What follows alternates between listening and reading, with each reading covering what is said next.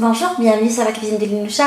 Aujourd'hui, je vous propose une recette de brochettes façon brique, brochette de kefta, que je vais servir avec deux salades que je vais préparer avec la charmoula. Alors, je vais commencer par préparer la kefta, à laquelle je vais rajouter des oignons. J'ai rajouté de l'huile d'olive, les épices, et je vais malaxer tout ça. Alors, une fois que j'ai malaxé la viande, je vais la transformer en boudin comme ça. Là, j'ai pris des feuilles de briques que je vais découper pour pouvoir enrouler dedans la viande hachée. Alors, j'enlève les côtés là. Je mesure avec la viande hachée de cette façon-là. Et je coupe des lanières. Alors, une fois que j'ai coupé la lanière, je vais prendre une pique en bois. Je pique la viande hachée comme ça, de façon à ce que je fasse adhérer la viande hachée à la pique en bois. De cette façon-là, je la dépose sur la feuille de brique et je l'enroule dedans. De façon... Alors, vous prenez un peu de glu formé avec de la farine et de l'eau. Et je vous recommande de fermer les brochettes au risque qu'elles soient défaites à la cuisson. De cette façon-là, l'extrémité inférieure, vous collez comme ça. Et là, vous avez la brique qui est bien formée. Alors là, je vais les badigeonner légèrement avec du beurre sur tous les côtés. Et je vais les faire cuire dans un four préchauffé à 180 pendant une quinzaine de minutes, 15 à 20 minutes, en surveillant la cuisson jusqu'à dorure.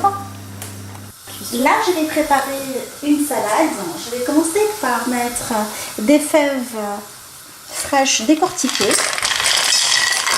Alors, je vais les mettre dans l'eau froide, dans l'équivalent de 20 centilitres d'eau froide. Je rajoute par-dessus des gousses d'ail épluchées et du jus de citron. Je laisse ma salade cuire à feu moyen pendant une bonne dizaine de minutes à couvert. Alors, après la cuisson des fèves, alors j'ai laissé pendant une vingtaine de minutes. On voit une bonne réduction d'eau. Alors, vous adaptez le volume d'eau en fonction de la cuisson de vos fèves, en fonction de la marque. Je sais que mes fèves, ceux-là, ils prennent un peu de temps. Du coup, j'ai mis plus d'eau que d'habitude. Alors, je vais mettre un peu d'huile d'olive. Je vais mettre un peu d'herbe, de la coriandre, c'est les herbes de charmoula, des épices, alors un peu de piment doux, piment fort, du cumin, des épices de charmoula. Et je vais laisser tout ça cuire à feu moyen pendant une dizaine de minutes, en remuant de temps en temps. Ainsi les fèves elles vont s'imprégner de la sauce charmoula. Alors je vais réaliser une nouvelle recette, c'est les carottes à la charmoula. Alors dans une poêle anti-adhésive, je vais rajouter un tout petit peu d'ail. Je rajoute un peu d'huile d'olive dessus. Et je mets des carottes cuites. Alors je fais cuire des carottes à l'eau. Et je les mets dans la poêle.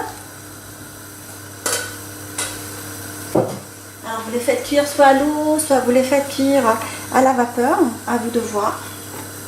Je les arrose avec un peu de jus de citron. Je mets un tout petit peu de coriandre pour bien parfumer les carottes à la charmoula.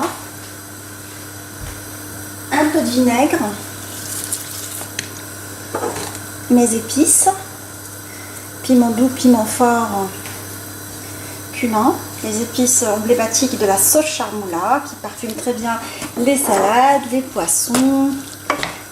Et je laisse mes petites carottes revenir dans cette petite sauce parfumée pendant une bonne dizaine de minutes en remuant de temps en temps à feu moyen, bien évidemment. Il faut vraiment que le feu soit moyen pour que la carotte se parfume avec tout ça, voire même feu faible.